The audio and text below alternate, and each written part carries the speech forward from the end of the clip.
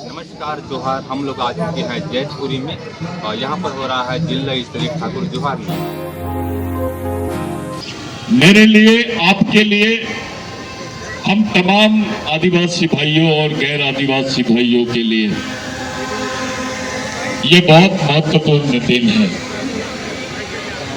मेरे को ऐसा महसूस हो रहा है कि मैं समाज की अदालत में बात कर रहा हूं, मैं समाज के बीच में बात कर रहा हूं। ये हमारे समाज की जन अदालत है। आप लोग ताली मत बजाओ। ये हमारी जन अदालत है, हमारी सामाजिक पंचायत है। हमारे सामने बहुत बड़ी बड़ी असुविधाएं हैं, बड़े बड़े प्रश्न हैं, तकलीफें हैं। हमारे समाज का दर्द जो है इस देश में कोई नहीं सुन रहा है। इस देश की पहली महिला, इस देश का सर्वोच्च पद आदिवासी महिला के पास में है। इस देश की राष्ट्रपति आदिवासी महिला है, लेकिन उसके मन में इतनी दहशत है कि वो आदिवासी दिवस पर आदिवासियों को आदिवासी संबोधित नहीं कर पाई। वो आपको आदिवासी बोलने के लायक नहीं है। वो डर रही है, यहाँ के आरएसएस के विचारों से डर रही है। एक राष्ट्रपति महिला, वो भी आदिवासी, और आदिवासी दिन पर ही तुमको आदिवासी नहीं बोल रहे हैं। इससे ज्यादा बड़ा मजाक इस देश में कुछ नहीं हो सकता। अब देश आदिवासियों का था, आदिवासियों का है और आदिवासियों का ही रहेगा। इसको कोई दूसरा राष्ट्र नहीं बना सकता है, क्योंकि इस जमीन जंगल के सही हकदार आदिवासी है। 45 साल के बाद, यानी 60 साल के बाद में भारत के सर्वोच्च न्यायालय ने माना कि आदिवासी इस देश का प्रथम नागरिक है और उसे इस देश का मूल मालिक होने का सम्मान मिलना ही चाहिए। और ये सम्मान देने का कर्तव्य भारत के प्रत्येक नागरिक का है, ऐसा सुप्रीम कोर्ट ने बोला। 2011 में, थोड़ा पानी लाना, 2011 में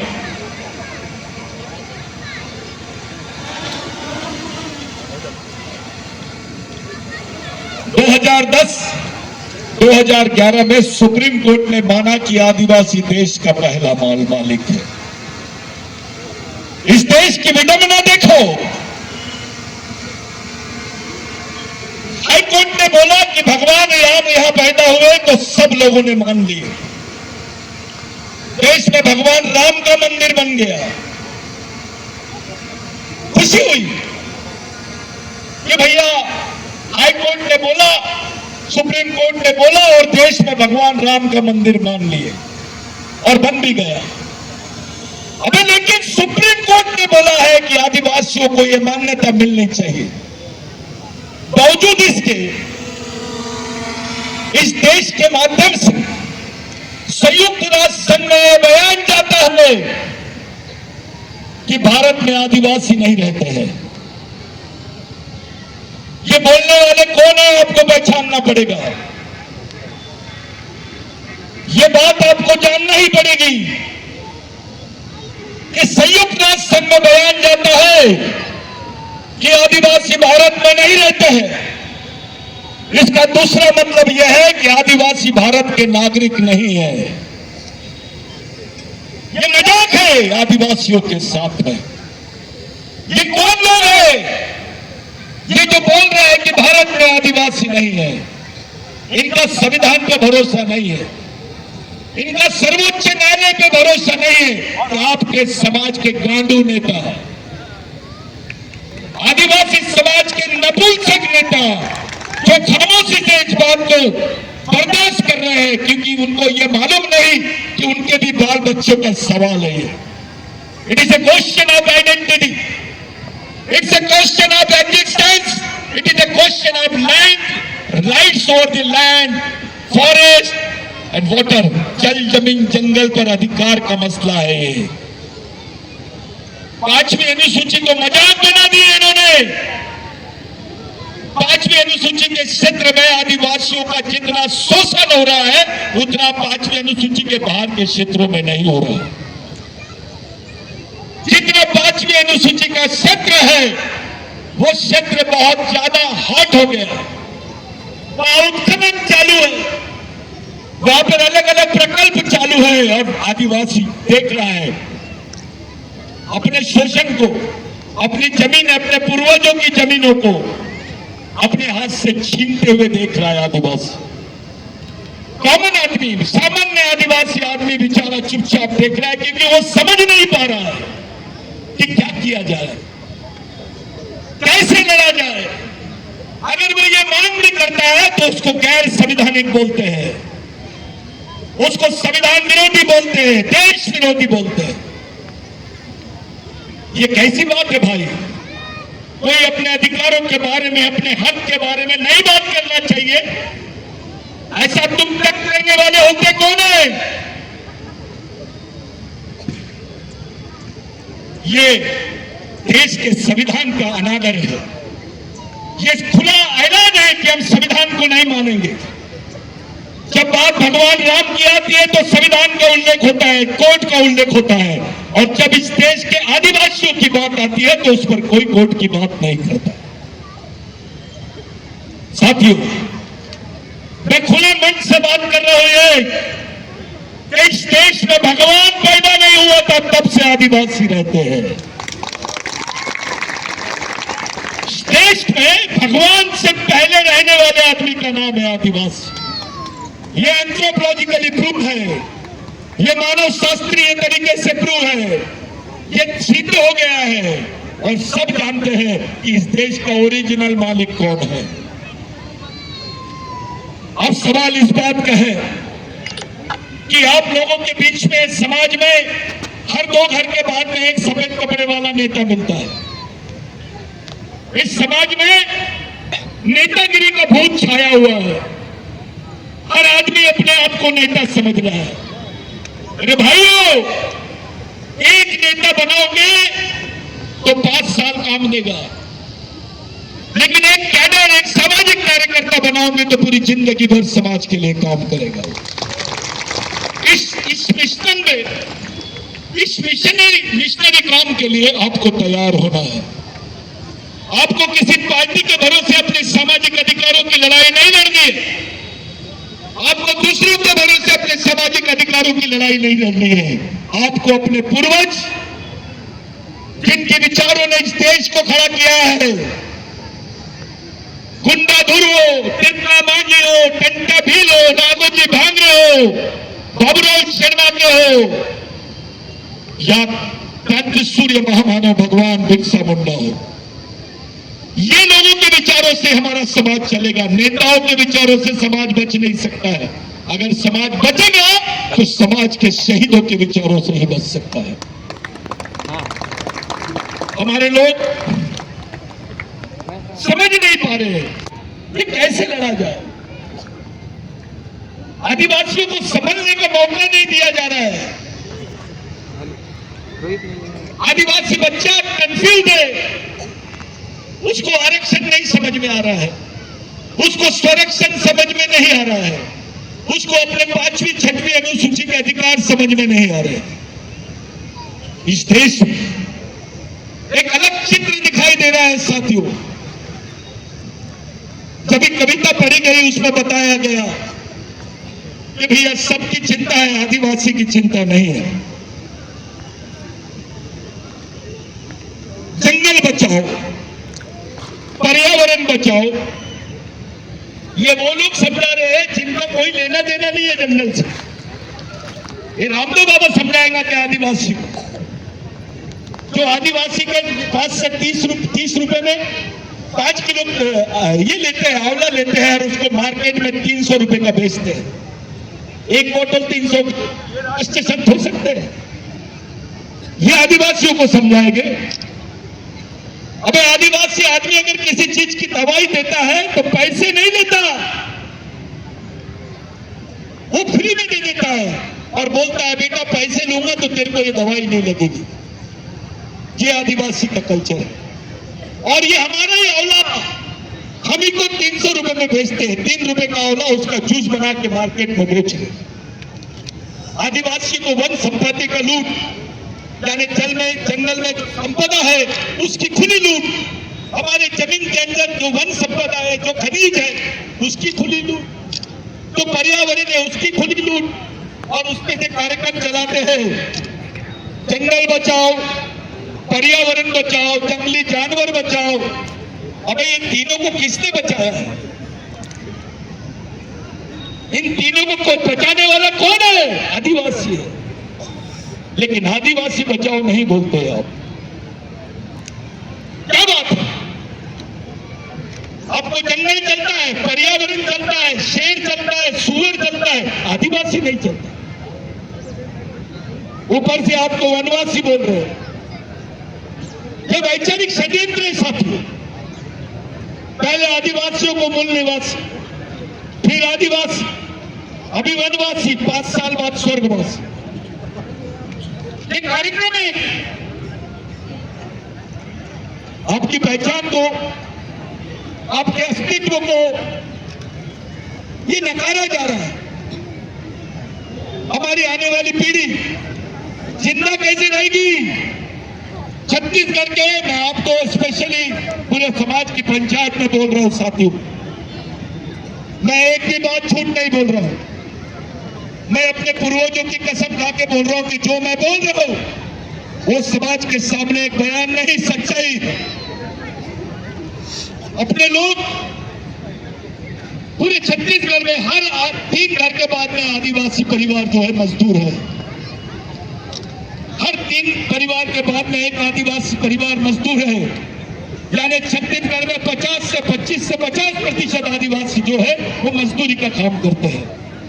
वो नागपुर आते हैं, बड़े बड़े शहरों में जाते हैं, बेचारे गड्ढा खोदने का काम करते हैं। अब तो गड्ढा खोदने की भी मशीन निकल गई है। तुमको वो भी काम नहीं मिलेगा, तुम जिंदा कैसे रहोगे? इस देश में लैट्रिन साफ करने का काम भी सरकारी काम का हिस्सा है, लेकिन गड्ढा खोदने का काम सरकारी काम का हिस्सा नहीं बना। इसकी कोई पोस्ट ही नहीं। आपको वो काम भी नहीं मिलेगा। आपके बच्चे को आरक्षण खत्म, प्राइवेटाइजेशन हो रहा है। हमारी अगली आने वाली पीढ़ी को जिंदा रखने के लिए हम क्या बात करेंगे? कौन सी मांग को लेकर लड़ेंगे आप? आपके बच्चे को जिंदा कैसे रखोगे? इस पर बात करो। एक तरफ सरकार बोलती है इस देश में आदिवासी नहीं रहते, दूसरी तरफ आपके आरक्षण के साधन बंद, नौकरियां बंद। आपका बच्चा करेगा क्या पढ़ लिख के? इसके बारे में नेताओं ने बताना चाहिए। नहीं तो ये फिक्र नहीं है कि हमारी जमीन जा रही है, हमारी जमीन छीन रहे हैं। ये तो चालू है क्योंकि सत्ता उनके पास है। वो सत्ता का कैरेक्टर होता है, उनकी मनमर्जी से वो लोग पूरे कॉर्पोरेट को आदिवासियों की जमीन बेच सकते और बेचना चालू है। लेकिन सवाल ये है, ये आदिवासी समाज कैसे बचेगा? मैं इस पर बात करने आया हूं कि हमारा जो समाज है ये कैसे बचेगा, किस तरीके से बचेगा, इस पर चर्चा कब करोगे तुम? साथियों, बस्तर एक इतिहास का पन्ना बन जाएगा। यहाँ जितने पढ़े लिखे लोग हैं, समझदार लोग हैं, अगर आप बस्तर को इतिहास बनने देना नहीं चाहते हो तो आज से समाज के लिए काम करो। अरे तुम्हारी पहचान है, तुम्हारी पहचान के साथ तुम्हारा अस्तित्व है। अगर बस्तर में गुंडा धूर्त का आंदोलन नहीं होता तो तुम्हारे हिस्से में 2 एकड़, 4 एकड़, 5 एकड़ जमीन नहीं आती। तुम इस देश के मालिक नहीं बनते, जमीन के मालिक नहीं बनते। तब तो कोई आरक्षण नहीं था संविधान बनने के पहले, तब किसी टाइप की कोई सुविधा नहीं थी। जिंदा रहने का एकमेव साधन था जमीन।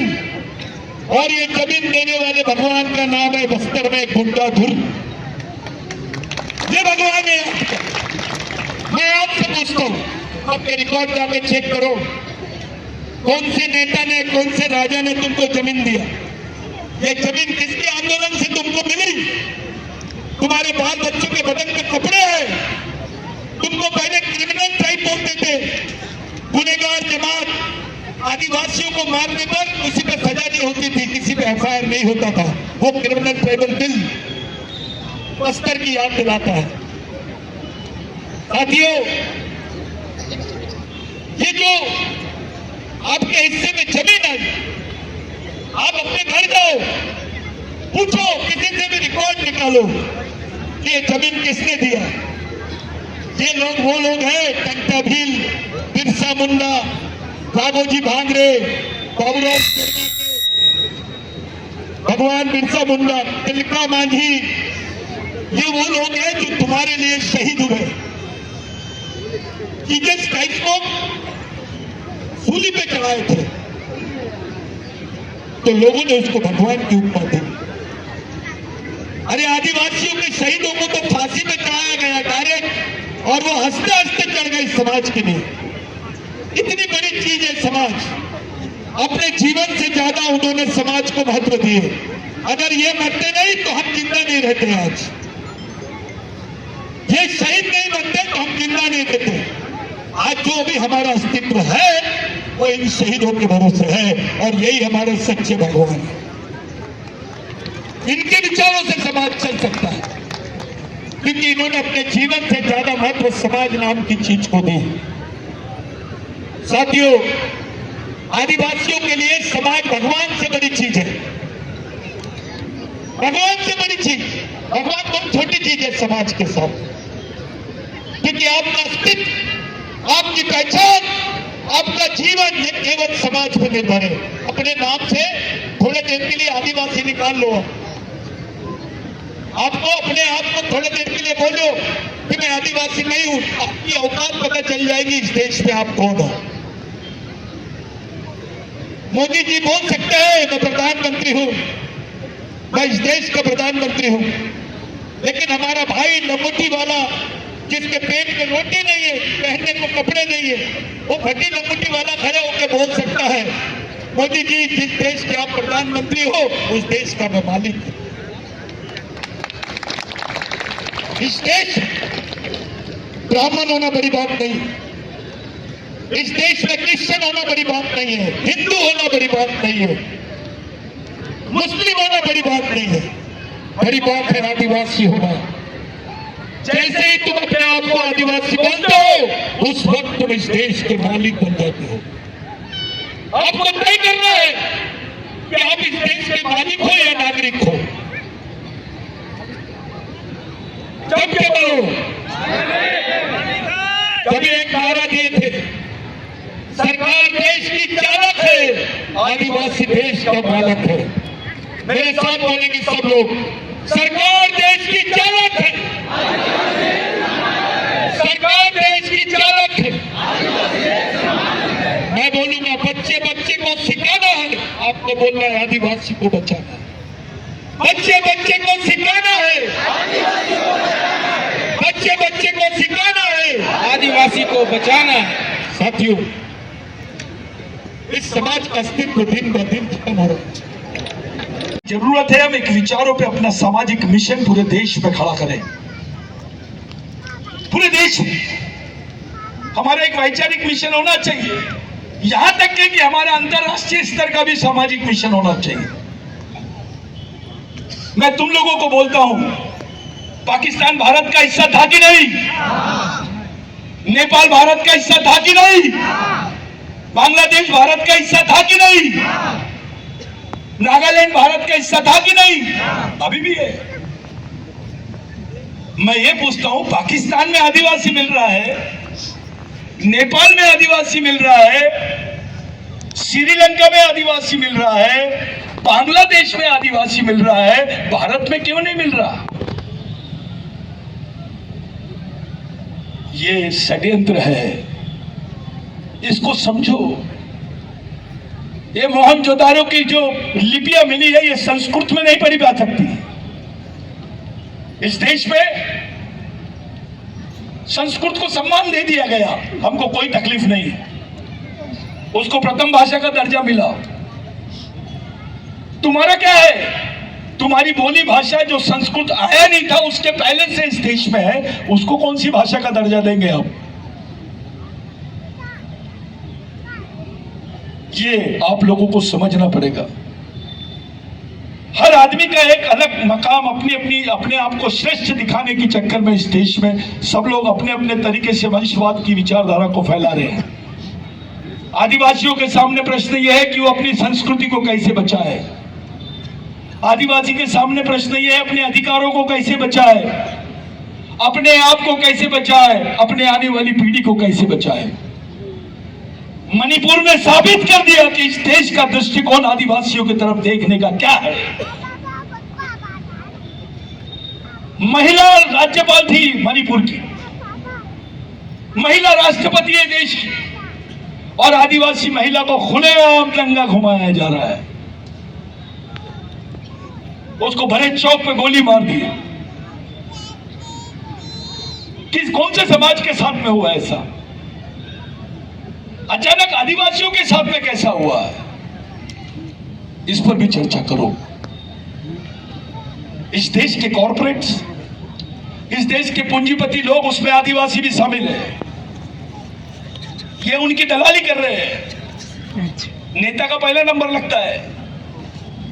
तुमके दिमाग में ऐसा मत सोचना छत्तीसगढ़ आदिवासी राज्य है तो होना चाहिए। नागपुर से दिल्ली जाने वाली यानी ट्रेन का नाम गोंडवाना एक्सप्रेस रख दिए तो गोंड फ्री में जाएगा क्या? ये चॉकलेट दे रहे हैं आपको। हमको आदिवासी राज्य नहीं होना, आदिवासियों का राज्य होना। इसमें बहुत फर्क है। आपका नाम का कोई बात कर लिए, छत्तीसगढ़ आदिवासियों का है, सब बोलते हैं आदिवासी राज्य है। यहां पे सबसे दयनीय हालत आदिवासियों की है। बेचारे 8 महीना घर में नहीं रहते वो। उनके बाल बच्चे क्या पढ़ते होंगे दूसरे प्रदेश में जाकर? वो जाते हैं, उनके साथ क्या क्या अन्याय होता है आपको मालूम है? हमारी मां बहनों के साथ रेप होता है, ठेकेदार लोग रेप करते हैं, उनको मजदूरी नहीं मिलती है, उनका खाना भी पेट भर के नहीं खा सकते तो शाम में मंदिर के सामने भीख मांगते हुए दिखाई देते हैं। मजदूरी करने पर भी उसका पेट नहीं भर रहा और इतने मजबूर हो गए कि भीख मांगने के लिए तैयार है अपने बाल बच्चों का पेट पालने के लिए। कौन से समाज की ऐसी अवस्था है भाई? कौन से समाज है? डॉक्टर बोलता है सबसे ज्यादा आदिवासी मर रहे हैं। जितने कुपोषित क्षेत्र है जहां खाने को नहीं मिलता है वहां ये लोग ब्लड बैंक की कैंप्स लगाते हैं, जिसको रक्तदान शिविर। रक्तदान शिविर के आड़ में आदिवासियों का खून लेके उसको इंटरनेशनल मार्केट में बेचने का षड्यंत्र चालू है, क्योंकि आदिवासियों के खून में उसका जो ब्लड सेल है उसमें रेजिस्टेंस पावर ज्यादा है, रोग प्रतिरोधक शक्ति सबसे ज्यादा है, और वो खून का उद्योग होता है। और ऐसे क्षेत्र में होता है जहां खाने को नहीं है वो ब्लड कैंप दे रहे हैं। एक क्षेत्र ऐसी था, मैं गया, मैंने पूछा कि भाऊ ये अचानक इतना यहाँ पर ब्लड कैंप भाऊ ऐसा होते रहता है? बोले महीने 2 महीने में। मैंने तो हर 2 महीने में देते ब्लड। हाँ। बोले क्या करेंगे, जो 850 रुपए मिलते हैं एक बोतल खून देने के, उसी में हम अपने बच्चों का राशन ला लेते बोले और महीना भर खा लेते। भाऊ बोले काम तो नहीं है। डॉक्टर बोलता है खाना खाएंगा तो खून बनेगा, लेकिन इस देश की सत्ता आदिवासियों को बोल रही है खाना होना तो खून देना पड़ेगा। डॉक्टर बोल रहा है खाना खाएंगा तो खून बनेगा, व्यवस्था बोल रही है देखो खाना होना तो खून देना पड़ेगा। ऐसी अवस्था देश में कौन से समाज की है बताइए? कौन नेता बनना चाहता है आदिवासियों का? चलो सामने आओ, इस समाज की बागडोर को समझो, इस समाज के प्रश्नों का अध्ययन करो, इस समाज के दर्द को समझो और सामाजिक जीवन समर्पित करके इसका नेतृत्व करो। सब आओ। आपको पार्टी की ज्यादा चिंता है, तो पार्टी तो अभी पैदा हुई।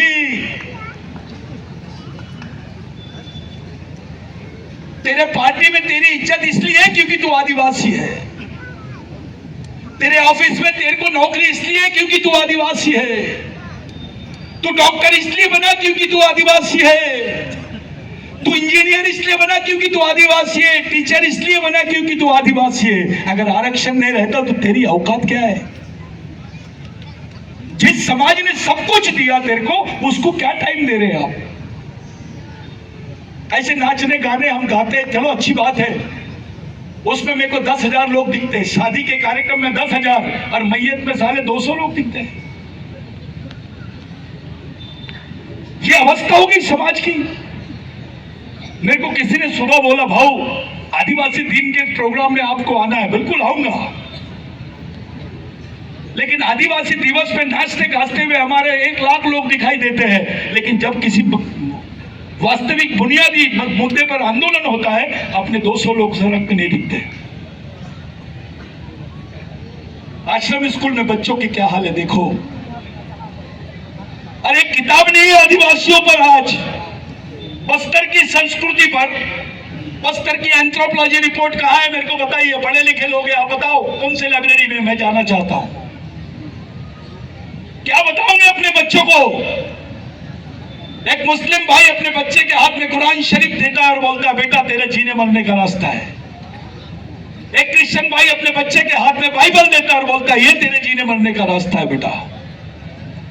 एक हिंदू भाई अपने बच्चे के हाथ में रामायण महाभारत पुराण देता है और वो बोलता है ये तेरे जीने का रास्ता है। एक सिख भाई अपने बच्चे के हाथ में गुरु ग्रंथ साहब देता है, वो बताता है। एक बौद्ध भाई डॉक्टर बाबा साहब अम्बेडकर का लिखा हुआ ग्रंथ बुद्धा एंड हिज धम्मा, वो उसके हाथ में देता है और बोलता है कि तेरा ये जीने मरने का रास्ता है, इसको लेके चल। ये पूरे समाज जो है, जितने भी धर्म के लोग हैं, इनका अपना काम है। इनके स्कूल चलते हैं, इनके मिशन है। लड़कियां नन बन जाती है, भिक्खू बन जाते हैं, उनके सेंटर है। अरे आप तो इनसे पहले के लोग हैं। आपके बच्चे ने आपसे पूछा कि मैं कौन हूं इस देश में, मेरा इतिहास क्या है, मैं कौन सी किताब पढ़ूं? आप कौन सी किताब उसके हाथ में दोगे बताइए? है कुछ देने के लिए है आपके बच्चों के पास? कुछ नहीं है। यानी हमारा समाज आज अपंग हो गया है, वैचारिक रूप से अनाथ हो गया है। और एक नई फसल आ रही है गांडूगिरी की, कि मैं ये समाज का नेता, मैं वो समाज का नेता। मैं दुश्मन को बांटना ही चाहता है तेरे को। पटेगा तो लड़ेगा कैसे, और लड़ेगा नहीं तो बचेगा कैसे, बचेगा नहीं तो जिएगा कैसे? समाज को एक नई दिशा, एक सामाजिक प्रशिक्षण की दिशा हमको देने की जरूरत है। अगर वो नहीं करेंगे हम, तो आने वाले समय में हमारी जनरेशन हमको माफ नहीं करेगी। सब कुछ छीन लिया हमसे। याद रखना, ये हमारी अंतिम पीढ़ी द्वारा अंतिम पीढ़ी को बचाने के लिए लड़ी जाने वाली अंतिम लड़ाई है। अगर ये लड़ाई हम हार गए तो इस देश से आदिवासियों का नामो निशान खत्म हो जाएगा। इस देश में षड्यंत्र चल रहा है आदिवासी मुक्त भारत बनाने का। मेरे शब्दों पे ध्यान दो, आदिवासी मुक्त भारत। इनको प्रकल्प चाहिए तो आदिवासी की जमीन होना, रेलवे बनाना है तो आदिवासी की जमीन होना, माइनिंग करना है तो आदिवासी की जमीन होना, तुमको फॉरेस्ट के वो बनाना है, रिजोर्ट्स और वो सब संग्रहालय बनाना है तो आदिवासी की जमीन होना। भाई तो दूसरों के पास जमीन नहीं है क्या? अदानी से लेना, अंबानी से मांगना। उनके पास जमीन इसलिए नहीं है कि अदानी और अंबानी इस देश के मालिक नहीं, अपन है। ये जमीन हमारी माँ है। हमारे पूर्वजों ने इस जमीन में उनका खून सिंचा हुआ है। ये बस्तर कोई आज का नहीं है। ये मोहनजोदारो हड़प्पा से जब हमको भगाया गया तब से आज 2000 साल के पहले का भी इतिहास बस्तर में मिलता है। There is a human life. Before 2000 years in Bastar. तो बस्तर में दावा कौन कर सकता है? पूरे देश के आदिवासियों की निगाह जो है बस्तर के आदिवासियों पर है, क्योंकि ये आदिवासियों का दिल बसता है बस्तर में। यहाँ उनकी संस्कृति बसती है, यहाँ उनकी पहचान बसती है। जो बच्चे आज बजा रहे हैं ये बाजा, ये बच्चे जो नाचे आज देख रहे हो, ये ओरिजिनल है, ओरिजिनल है। ये एक उदाहरण देता हूं। आदिवासी की महिला गरीबी से बदन झाँकती है, पहनने को साड़ी नहीं रहती, एक साड़ी के 2 टुकड़े करते हैं और पहनते हैं। सच्चाई है कि नहीं? और उसका बदन दिखा तो ये कमीने अपने भी नेता शामिल है उसमें, बोलते हैं ये तो संस्कृति है, आदिवासियों की संस्कृति है। उसका बदन गरीबी की वजह से दिख रहा है, वो नहीं सोच रहे, वो सोच नहीं रहे, वो मजबूर है, उसके पास कपड़े नहीं है, ये नहीं सोच रहे, और उसको संस्कृति बोलते हैं। और माधुरी दीक्षित अगर बदन दिखाए तो उसको सभ्यता बोलते हैं। वाह! शाहरुख खान के पैर में दर्द होता है, आमिर खान के पेट में दर्द होता है, संजय दत्त के सर में दर्द होता है तो पेपर में आ जाता है। आदिवासियों की गर्दन भी काटी जाती है तो पेपर में नहीं आता है। आदिवासियों को रातों रात गांव से हटा दिया जाता है तो पेपर में नहीं आता है। यह वास्तविकता है साथियों। मैं यहां बोल रहा हूं, कुछ लोगों ने मेरे को बोले सतीश भाऊ आप जा रहे हो, खुले बोलोगे, सब लोग देखेंगे। मैंने बोला मैं मरने को नहीं डरता, मैं मेरे समाज से बात कर रहा हूं, मेरी समाज की पंचायत में बात कर रहा हूं, मेरे भगवान लोगों के सामने बात कर रहा हूं, मेरे आने वाली पीढ़ी के सामने बात कर रहा हूं। ये जो दहशत हमारे लोगों के दिमाग में बैठाई गई है, उस दहशत से बाहर निकलो, एक सामाजिक दबाव खड़ा करो, कानून की अच्छी जानकारी दो, प्रशिक्षण शिविर शुरू करो, संविधान में जहां जहां हमारे अधिकारों का उल्लेख है उसको समझो, जहां जहां विशेष अधिकार दिए गए उसको समझो, गवर्नमेंट के क्या जवाबदारी है उसको समझो और उस पर डिबेट करो और आगे बढ़ो। एक सोशल एडवोकेसी करनी पड़ेगी, एक सामाजिक वकालत करनी पड़ेगी अपने समाज के लिए। साथियों, यह मिशन जो है बिरसा ब्रिगेड का, यह पूरे देश में चल रहा है। पूरे देश में अलग अलग राज्यों में, देश के 18 राज्यों में इसका काम शुरू हुआ है और देश के 2000 जनजातियां इससे जुड़े हुए हैं। और मैं इसका समर्थक नहीं हूं कि मैं गोंड के बारे में बात करूं, प्रधान के बारे में बात करूं, हलवा के बारे में बात करूं, नहीं। समाज यानी पूरा समाज। ये तय करो कि सब एक झंडे के नीचे कैसे आएंगे, ये करो, एक तय करो कि ये कैसे एक विचारों में बन जाएंगे, ये तय करो कि हमारा राष्ट्रीय आंदोलन कैसा होगा, हमारी आने वाली जनरेशन कैसी होगी।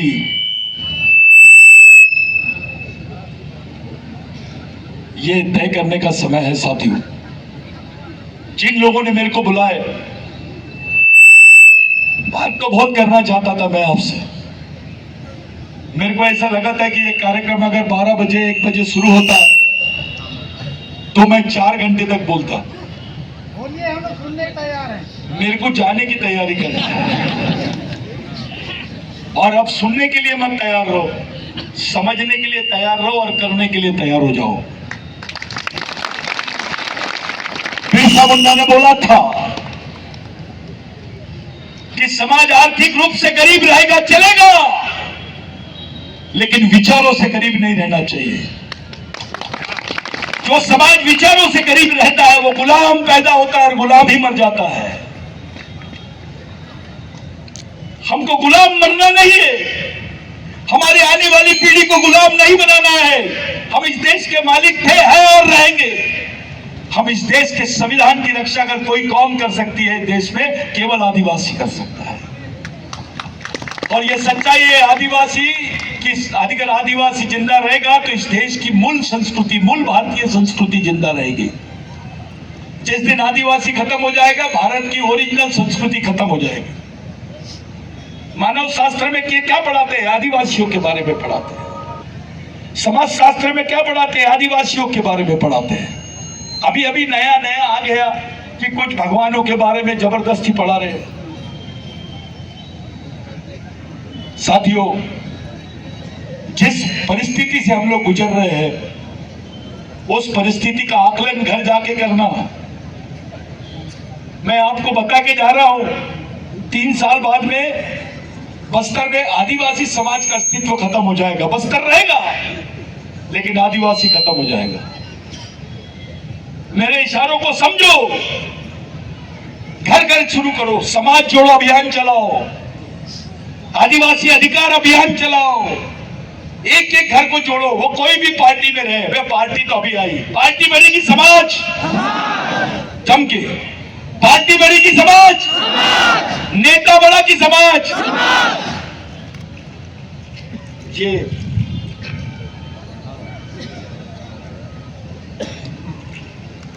न, मैं हली जाऊंगा अभी थोड़ी देर में। तो ये जो बात है, समाज सर्वश्रेष्ठ है। कंटा भील मरते वक्त बोले, उनको पूछे तेरी आखिरी आरजू क्या है, तो बोले मैं अपने भगवानों को देखना चाहता हूं। तो अंग्रेज आए, उसके पास में रामायण महाभारत सब रख दिए। कंटा भील बोला मैं इसकी बात नहीं कर रहा हूं, जिनके लिए मैंने अपना पूरा जीवन दिया है, मैं उन भगवानों को देखना चाहता हूं। लाखों की जनसंख्या थी जबलपुर जेल में, और कंटा भील की परिवार के लोगों को खड़ा किए। 19 साल तक के अपने परिवार को देखा नहीं था उसने। 19 साल तक के इतने लंबे समय तक अंग्रेज जमींदार और उच्च वर्णियों के खिलाफ में संयुक्त लड़ाई लड़ा। यहाँ के उच्च वर्णियों ने हमेशा आदिवासियों के खिलाफ में षड्यंत्र रचे, अंग्रेजों का साथ दिया। ये इतिहास है। आदिवासियों को अकेले किए, यहाँ के छोटी जाति के लोगों को अकेले कर डाले, और वो हमको बता रहे राष्ट्र क्या होता है। मैं आदिवासी को मत बताओ, इस देश की 70% लड़ाई आदिवासियों ने लड़ी है। 70%। इसके प्रमाण है। वैसे देखा जाए तो हर परिवार को स्वतंत्र सेनानी का सर्टिफिकेट मिलना चाहिए। हमारे लोग तबाह हो गए, हमको स्वतंत्र सेनानी का सर्टिफिकेट नहीं मिला, लेकिन जिन्होंने उंगली भी नहीं कटाए उनको स्वतंत्र सेनानी की सर्टिफिकेट दी गई। हमारे हिस्से में क्या है भाई? भूख, गरीबी, मौत। मैं नक्सली आंदोलन का समर्थक नहीं हूं, मैं गैर संवैधानिक आंदोलन पे भी बात नहीं करता, लेकिन एक बात बताना चाहता हूं कि अपनी सामाजिक व्यवस्था को टिका के रखे बगैर आपके पास कोई पर्याय नहीं है। आप इस देश के पहले नागरिक हो, बावजूद इसके इस देश में हिंदू पर्सनल लॉ है, मुस्लिम पर्सनल लॉ है, क्रिश्चियन पर्सनल लॉ है, आदिवासी पर्सनल लॉ नहीं है। आपके लिए कानून भी नहीं है, आपके कस्टमरी लॉ को मान्यता नहीं दे रहे हैं। सुप्रीम कोर्ट का कोई जजमेंट आदिवासी कस्टमरी लॉ को डिफाइन नहीं किया। अभी 2023 में गवर्नमेंट ने, केंद्र सरकार ने एक बिल बनाई थी, वन सुरक्षा संवर्धन अधिनियम 2023, जिसमें आदिवासियों की जमीनों को कॉर्पोरेट्स को देने का इन्होंने प्लानिंग किया था। कोई बात नहीं किया। मैं गया, मेरे को कुछ लोग समझाए मत जा, देखो मार देंगे। मैंने बोला हम वैसे ही मरे हुए लोग हैं, और हमारे शहीदों से हमको एक ही प्रेरणा मिली है, बेटा जियो तो शान से और मरो भी शान से। हमने पिटीशन डाले सुप्रीम कोर्ट में, गवर्नमेंट को पार्टी बनाया, आज सुप्रीम कोर्ट में वो जजमेंट स्टे हुआ है। नहीं तो कम से कम 4 करोड़ आदिवासी विस्थापित हो गए रहते जंगल से, वो कानून से। आपको आपके इतिहास के साथ खत्म करने का षड्यंत्र रच दिए थे। मैं किसी जाति विशेष पे बात नहीं करता। कुछ लोग मेरे को बोले भाऊ एक विशेष जाति का यहाँ पर बहुत बड़ा ये है, मैंने बोला नहीं। कुछ ब्राह्मण साथी भी थे जो ईमानदारी से आदिवासियों का साथ दिए, कुछ क्रिश्चियन साथी भी थे जो आदिवासियों के लिए लड़े, कुछ मुस्लिम साथी भी है जो आदिवासियों के लिए ये साथ दिए। आदिवासियों ने कभी किसी के साथ भेदभाव नहीं किया, ना वो किसी धर्म को भेदभाव तरीके से देखता है, ना आदमी को। हमारे घरों में कोई जात नाम की और भेदभाव नाम की कोई व्यवस्था नहीं है। हमारा फड़ा पेन, हमारी फड़ा पेन ही बहुत खतरनाक है। हम आदिवासी संस्कृति को मानते हैं। हमारे यहाँ माँ का स्थान भगवान से बड़ा है। हम यहाँ के पेड़ पौधे पहाड़ सब लोगों को पूछते हैं, इनको मान्यता देते हैं, इनका सबसे ज्यादा आदर करते हैं। और जो हमारा पेन है वो भगवान से पहले का पेन है, जिस पर बात करना अभी उचित नहीं है। किसी दिन कैडर में बैठेंगे। मेरे लिए पूरे बच्चों का, लड़कियों से विनती है, जो लड़कियां फेल हो गई है, 10वीं 12वीं छोड़ दिए, उन्होंने कुछ हुनर सीखो, अपना पेट पालो। पहले इस लायक बन जाओ कि खुद का पेट पाल सको, फिर शादी करना। लड़कों ने भी कर लेने का वही काम, पहले अपना जिंदा रहने का साधन ढूंढो। और कोई लड़का कोई लड़की सब लोग समान रह के एक दूसरे के भाई दोस्त जैसे रहो। अपने आदमी को अपन सम्मान नहीं देंगे तो कौन देगा? आदिवासी सुनने के बाद सामने वाले का दिमाग काम करना बंद कर देना चाहिए। वो इंप्रेशन आदिवासियों का होना चाहिए। आप लोग इतने देर से बैठे हैं, मेरा तो काम ही है बोलना। मैं इसी काम के लिए आपके बीच में आया साथियों। मेरा उद्देश्य आपको आपके सामाजिक जीवन की तरफ ले जाना था। बिरसा मुंडा ने क्या किया था? क्रिश्चियन धर्म लिया, उसको भी छोड़ा। वैष्णवी धर्म लिया यानी हिंदू धर्म लिया, उसको भी छोड़ा। और आखिरी में बोला, गुलामों का कोई धर्म नहीं होता, गुलामों का एक ही धर्म होता है, संघर्ष संघर्ष और संघर्ष। ये बिरसा मुंडा ने जब उसको मार रहे थे, उसकी 2 स्टोरी है बिरसा मुंडा की मौत की। एक स्टोरी ऐसी है कि उसको फांसी दे दिए, पॉइजन दे दिए, और दूसरी स्टोरी ऐसी है कि रात भर जैसे बकरा काटते हैं उसके बाद उसकी चमड़ी निकालते हैं, वो चमड़ी निकाली गई रात भर और खून निकलते रहा। और उससे एक सिग्नेचर करवा रहे थे कि बोल तो इस देश का आदिवासी नहीं है, तू यहां का मूल मालिक नहीं है। बिरसा मुंडा रात भर तड़पते रहा। आखिरी सांस तक बिरसा मुंडा के एक ही शब्द थे, मैं आदिवासी था, आदिवासी हूं और आदिवासी ही मेरे खून का कतरा कतरा मेरे समाज की युवा पीढ़ी में जान फूकेगा। वो अपने अस्तित्व की लड़ाई लड़ेंगे, वो अपनी मालकियत की लड़ाई लड़ेंगे, वो अपनी मानवता की लड़ाई लड़ेंगे, अपनी संस्कृति समाज और सभ्यता को जिंदा रखेंगे, देश को जिंदा रखेंगे। बिरसा मुंडा ने एक छोटी सी बात बोली थी एक फादर को कि आप तो धर्म का पाठ पढ़ाते हैं, अगर आदिवासियों को जिस दिन समझ लेंगे तो किसी चीज की जरूरत नहीं है। आदिवासी एक ऐसी संस्कृति है कि किसी भी धर्म का आदमी उसमें खुशी रहेगा, क्योंकि उसमें भेदभाव नहीं है। विश्व में सबसे बड़ी आज ताकत अगर कोई है, साइंटिफिक ताकत, वो आदिवासी संस्कृति है। ग्लोबल वार्मिंग में यूनाइटेड नेशंस में भी बोलने लग गए लोग, साइंटिस्ट बोलने लग गए, अगर इस देश के विश्व के पर्यावरण को, मानव जाति के जीवन को, प्राणियों के जीवन को अगर कोई चीज बचा सकती है तो वो आदिवासी संस्कृति है। साथियों, जाते जाते पढ़े लिखे लोगों के लिए एक इशारा करके जाता हूं, कुछ गलती होगी तो माफ कर देना। आपका भाई हूं, आपका बच्चा हूं, मैं एक समाज की अदालत में बात कर रहा हूं, ये सोच के बोल के जा रहा हूं। इन लोगों ने पहले एक्सपेरिमेंट किया आर्टिकल 370 का कश्मीर का, लेकिन इनकी नजर थी 71 और 72 पे। 371 और 300 किसके आर्टिकल है? ये 5वीं और 6वीं अनुसूची के आर्टिकल है। जो मणिपुर में हो रहा है, नॉर्थ ईस्ट में 7 सिस्टर्स बोलते हैं उसको, और जो बस्तर में हो रहा है, गढ़चिरौली, नंदुरबार, बाकी क्षेत्रों में, नासिक, सह्याद्री पे यहाँ जो हो रहा है ये 5वीं अनुसूची के क्षेत्र है। यहाँ पर भी वही जमीनी होना इनको। हमसे पूछो तो सही, हमको सहमति तो लो, हमारे साथ तो दो, हमको हिस्सेदारी तो दो।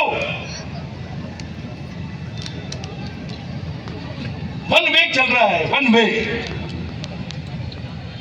ये समझो, आप लोग अपने अधिकारों के लिए, संविधान के लिए और अपने सामाजिक जीवन के लिए, अपने आने वाली पीढ़ी के लिए क्या कर सकते हो, इस पर बात करो। इसमें समाज का पढ़ा लिखा आदमी, कर्मचारी, अधिकारी, नेता, ये समाज के गॉड है। गॉड यानी GOD गॉड, गॉड यानी भगवान। G for guardian, O for owner, D for driver. पालक, मालक और चालक। किसी ने तुमसे पूछा, एक गाड़ी का भी चालक, पालक, मालक रहता है। किसी ने तुमसे पूछा आदिवासियों की चालक, पालक, मालक कौन है, क्या जवाब दोगे? क्या जवाब दोगे? जिस समाज में तुम जीते हो उस समाज के चालक, पालक और मालक कौन है? कौन ले रहे तुम्हारी जवाबदारी? तो जो समाज का पढ़ा लिखा वर्ग है वही समाज को धोखा दे रहा है। जो गॉड होना चाहिए, GOD गॉड, वो उल्टा हो गया, DOG डॉग हो गया, वो कुत्ता बन गया। ये समझने वाली चीज है। जो समाज का हेडमैन था वो डेडमैन बन गया भाई। तो सब लोगों ने मिलकर, चाहे मजदूर हो, क्लास 1 ऑफिसर हो, नेता हो, मंत्री हो, संतरी हो, युवा हो, महिला हो, मजदूर हो, सब लोगों की जवाबदारी समाज के प्रति होती है। समाज सर्वश्रेष्ठ है, समाज के आगे सब समान। ये समाज नाम की संकल्पना, समाज नाम की परिभाषा, समाज नाम की चीज और समाज नाम की विचारधारा को आप लोग मरने मत दो।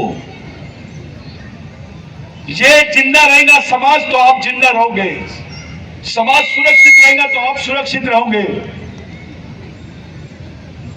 समाज जीवित रहेगा तो आपके अधिकार जीवित रहेंगे भाई। आप अपने सामाजिक जीवन को, आने वाली पीढ़ी को कैसे निखार सकते हो, कैसे बचा सकते हो, इसकी तरफ गंभीरता से बात करो। समाज के लिए समझदार और ईमानदार आदमी की जरूरत है। वो समझदार है लेकिन ईमानदार नहीं है, क्या करोगे? ईमानदार है लेकिन समझदार नहीं है, क्या करोगे? बिल्ली का गू न लीपने का पोतने का। बहुत अच्छा आदमी है, किसी के लेने देने में नहीं रहता है, सुबह उठता है और ड्यूटी जाता है, शाम को घर में आता है, इतवार के दिन मटन खाता है, दारू पीता है। बहुत अच्छा आदमी है, किसी के लेने देने में नहीं रहता है, अधिकारी है। अबे ये तो मरा हुआ आदमी है, ये जिंदा आदमी कहाँ है? समाज के प्रति क्या योगदान है उसका? समाज मरे हुए आदमी नहीं चलाते साथियों, समाज जिंदे लोग चलाते हैं। चाहे मजदूर हो, उसका भी बहुत बड़ा योगदान होता है। आज के दिन जिस त्योहार को आप लोग मना रहे हैं, वास्तविक भारत माता यानी आदिवासी महिला है, क्योंकि उसने उस चीज का शोध करी है कि चावल कैसे उगाया जाता है, गेहूं कैसे उगाया जाता है, ये आदिवासी महिला ने इसका शोध करी है। तो ये कोई काल्पनिक भारत माता की बात नहीं कर रहा हूं, वास्तविक भारत माता कौन है? लेकिन देश में ट्रेंड बहुत अलग है। बिरसा मुंडा का एक केस सुनाता हूं मैं आपको, प्रचार चलता है अभी भी, गाय हमारी माता है। बिरसा मुंडा ने पूछा था, भैंस का दूध किधर जाता है? अबे गाय माँ है तो भैंस बड़ी माँ है, क्योंकि ज्यादा दूध देती है। क्योंकि वो काली है उसको माँ नहीं बोलते आप, और भैंस, वो गाय गोरी है तो उसको माँ बोलते हो। मैं माँ तो माँ होती है, चाहे वो काली रहे या गोरी रहे। आदिवासियों में अब भी भैंस का स्थान माता जैसा है, इसके प्रमाण है। आदिवासी संस्कृति बहुत ऊंची है साथियों। कुछ लोग हंसते हैं, आदिवासी लोग मौवे की झाड़ी की बहुत परेशान, महुए के झाड़ की पूजा करते हैं। कुछ षड्यंत्र चल रहे हैं क्या? नहीं ना, ठीक है, अपने ही आदमी होगा, ठीक है। तो महुए की झाड़ की पूजा करते हैं बोले आदिवासी लोग, इसलिए करते हैं बोले क्योंकि महुए की दारू पीते हैं, महुए की दारू पीते हैं। रुक जाओ भैया, मैं करता हूं, टेंशन मत लो। हेलो, किधर आओ। झाड़ की पूजा करते हैं। दादा, ऐसा बोलने वाले वो षड्यंत्रकारी हो सकते हैं, वो साइंटिफिक और जाओ, अब ठीक है, हाँ ठीक है, वो षड्यंत्रकारी हो सकते हैं साथियों। आदिवासी महुए के झाड़ की पूजा इसलिए करता है, जब चावल नहीं हुआ था, गेहूं नहीं हुआ था, जवार नहीं होती थी, तो महुए को गोंडी में इरुक बोलते हैं। इसकी रोटी बना के हम लोग खाते थे। ये हमारा पालन और पोषण किया करके आदिवासी आज भी उसको पूछता है, अपना पेट उस पे रखते हैं। हमारी संस्कृति बहुत अलग है। दुनिया के सभी धर्मों के लोग सुअर को अछूत जानवर मानते हैं। गोंडी में पत्ती बोलते हैं उसको, सुअर को अछूत जानवर मानते हैं, गोंडी में पत्ती बोलते हैं उसको साथियों। लेकिन आदिवासी संस्कृति में उसको नारायण पेन बोलते हैं। नारायण पेन उसको पूछते हैं। अगर एक सुअर जैसे प्राणी का भगवान जैसा स्थान हमारी संस्कृति में है, तो इंसान का कितना बड़ा स्थान होगा। आप लोग एक सही रास्ते से जा रहे हो भाइयों। शांतिपूर्ण तरीके से हमको अपने सामाजिक अधिकारों की तरफ जाना है, सामाजिक एकता की तरफ जाना है। पूरे बस्तर में, गांव-गांव में सारी संस्कृति को छोड़ा, ब्रह्मा विष्णु महेश तीसरे नंबर पे आ गया। ये लोगों ने भगवान को नहीं छोड़े। तुम कौन सी खेत कुमुली हो? आप लोग, काफी समय हो गया, सब लोग मिशनरी काम करो, मिशनरी जीवन जियो। मेरा घर, मेरे बच्चे, मेरा समाज, मेरी मेहनत का कुछ पैसा समाज और सामाजिक मिशन के लिए दो। अपनी लड़ाई खुद लड़ो। दुख हमारा है तो लड़ाई भी, अगर लड़ाई हमारी है तो संगठन भी, संगठन हमारा है तो विचारधारा भी, तो उसके लिए त्याग भी। तो ये लड़ाई लड़ने की तैयारी कर दो। लेकिन लड़ाई का मतलब है तुम वैचारिक रूप से अपने समाज को पहले तैयार करो। हम लोग जीरो पर है। लोग बेवकूफ समझते हैं आदिवासियों को। कुछ भी कर दो, ये तो सारे नपुंसक लोग हैं, इनके समाज में एकता नहीं है, इन समाज की महिलाओं के साथ कुछ भी करो, कोई कुछ नहीं बोलेगा। ऐसा लोगों के दिमाग में है। हमारी जब मां बहनें जाती है तो लोग इस तरीके से देखते हैं। इनकी सोच बदलना चाहिए। आदिवासी महिलाओं के पैर को ही देखना चाहिए, सर को नहीं देखना चाहिए। ऐसा माहौल बनाना है। अपनी मां बहन, अपनी संस्कृति, अपनी जल जमीन जंगल की रक्षा के लिए आपको जागरूक नागरिक बनना पड़ेगा भाई। यही मेरी आप लोगों से विनती है। किसी समय और मिलेंगे, मेरे को जाना है, आपके बीच में से जा रहा हूं। मैं आप लोगों को बहुत बहुत धन्यवाद देता हूं दादा, कि ये पीढ़ी को जिंदा रखने के लिए कुछ करो। और सब चलता है, होना भी चाहिए, लेकिन ये दिमाग का कारखाना खोलो। ये दिमाग का कारखाना जब तक नहीं खोलेंगे तब तक के हमारे रास्ते नहीं बनेंगे। ये आने वाली पीढ़ी हमको माफ नहीं करेगी। आप लोग के बीच में मैं आया, मैं अपनी बात हमेशा रखते रहूंगा आपके बीच में। मैं जहां भी रहूंगा आपके साथ हूं। मिशन आपके साथ में है। कई लड़के जो इंजीनियर है, डॉक्टर है, IAS है, घर बार छोड़ के इस मिशन को चला रहे हैं। ये सभी लोग आप जो दिख रहे हैं मेरे साथ में भी, ये तमाम लोग पूरा जीवन त्याग करके काम कर रहे हैं। मैं आप लोगों से विनती करता हूं, आप लोग बहुत समझदार लोग हैं। आप लोग आदिवासियों के कैप्टन हैं क्योंकि आप बस्तर में रहते हैं, तो आपके हाल महादेव जैसे मत करना और कृपया करके समाज की सामाजिक स्थिति को समझो। याद रखना, आदिवासी देश का मूल मालक है, यहाँ के एससी ओबीसी माइनॉरिटी के लोग उसके वंशज हैं, ये बात ध्यान में रखना। जिस दिन आदिवासी वनवासी हो जाएगा, यहाँ का एससी ओबीसी माइनॉरिटी स्वर्गवासी हो जाएगा। जब तक आदिवासी जिंदा है, ये देश में मूल निवासी होने का दावा कर सकते हैं।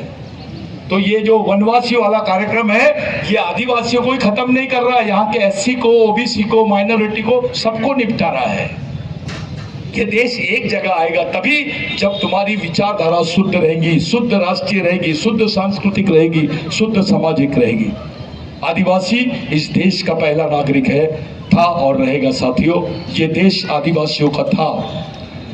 इस देश में 29 राज्य है, 29 में से 16 राज्य आदिवासियों के हैं। कितने?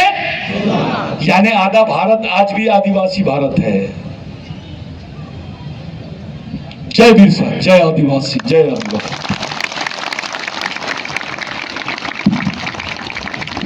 बहुत बहुत सेवावान